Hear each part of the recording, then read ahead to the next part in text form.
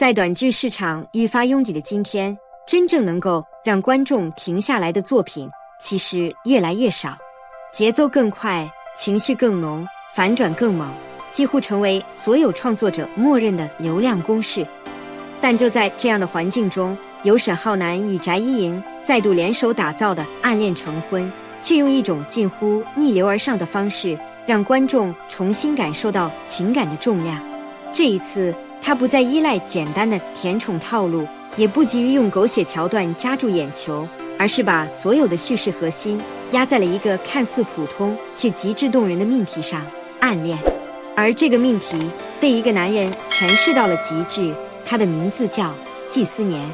如果说短剧的主角大多以强势、直接、情绪外放为卖点，那么季思年几乎是一个反面。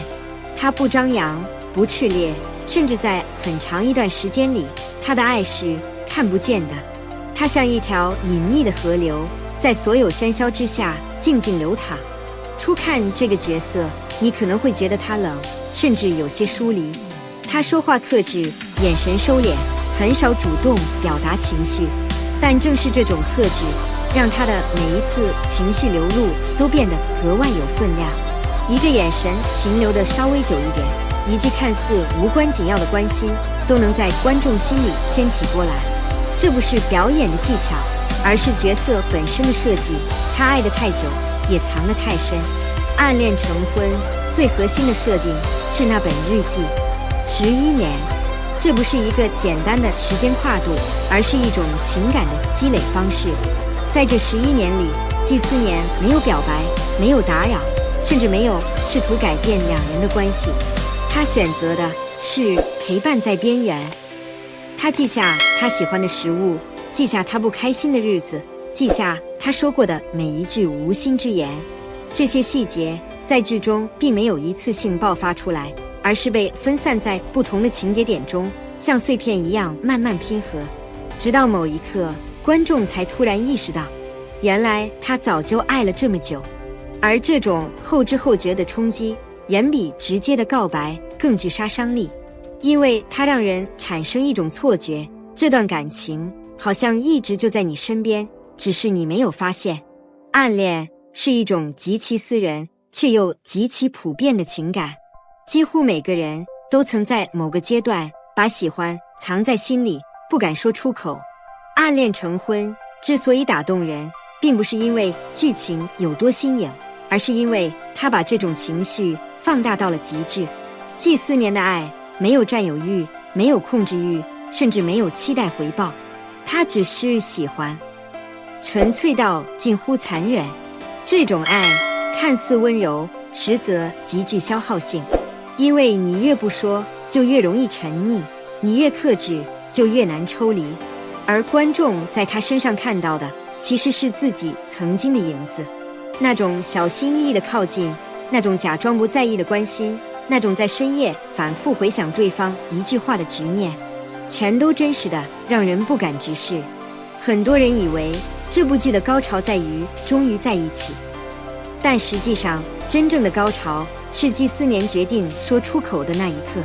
那不是一个简单的情节点，而是一个心理的转折。他用了11年去隐藏，却在某一刻意识到，如果再不说，他可能永远失去他。于是他第一次选择打破自己。这一步比任何甜蜜桥段都更难，因为他要面对的不只是对方的回应，还有自己多年来构建的安全区。说出口意味着可能被拒绝，意味着多年情感的终结。但正因为如此，这一步才显得格外珍贵。他让这个角色从隐忍的旁观者变成了主动的参与者，而爱情也从单方面的守望变成了真正的双向奔赴。不得不说，这对组合的默契已经超越了普通的演员搭档。他们的对手戏很少有刻意的设计感，更多的是一种自然流动的情绪。尤其是在暗恋成婚中，两人的互动明显更加收敛，没有过多的肢体接触，也没有刻意放大的甜蜜桥段，但每一次对视，每一次沉默都充满张力。这种留白式表演反而给观众留下了更大的想象空间。你会忍不住去猜，他是不是在看他？他是不是已经察觉？这种不确定性让情感变得更加真实，因为现实中的爱情从来都不是台词清晰、情绪明确的，更多时候它是模糊的，是暧昧的，是需要反复确认的。而他们把这种模糊感演得恰到好处。如果你认真看这部剧，会发现它最打动人的地方其实都不在主线剧情里，而在细节。比如他在他看不到的地方替他挡下所有不必要的麻烦，比如他会在他情绪低落时默默出现，却又在他恢复后悄然离开，比如那本日记里一页页看似普通的记录，却拼凑出一段完整的人生。这些细节没有刻意强调，却在不知不觉中击中了观众最柔软的地方。因为真正的爱从来不是我为你做了多少，而是我做的一切你甚至都不需要知道。因为它太真实了，真实到不像一部剧，更像一段被放大的人生片段。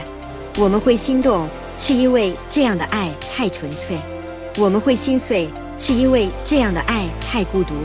季思年没有错，甚至可以说他是完美的爱人。但问题在于，现实中很少有人会选择这样去爱，因为太累也太痛。所以当我们在屏幕上看到他时，一方面被感动，一方面又忍不住替他不值。这种复杂的情绪正是这部剧最成功的地方。暗恋成婚终究会有结局，无论是圆满还是遗憾，这段11年的暗恋都会画上句号。但它留下的不只是一个故事，它更像是一面镜子，让我们重新去审视，你是否也曾喜欢一个人，却始终没有说出口？你是否也在某个瞬间后悔，如果当初勇敢一点，会不会不一样？你是否还在等待一个机会，去完成那段未完成的情感？或许这部剧真正想告诉我们的，并不是暗恋有多美，而是在合适的时候说出自己的心意，本身就是一种勇气。看完《暗恋成婚》，你最心疼的是季思年的哪一个瞬间？如果是你，你会选择像他一样默默守护，还是勇敢说出那句“我喜欢你”？欢迎在评论区分享你的看法，我们一起聊聊那些藏在心底的故事。感谢你的观看与陪伴，如果你喜欢这样的深度解析，记得点赞、关注，我们下期再见。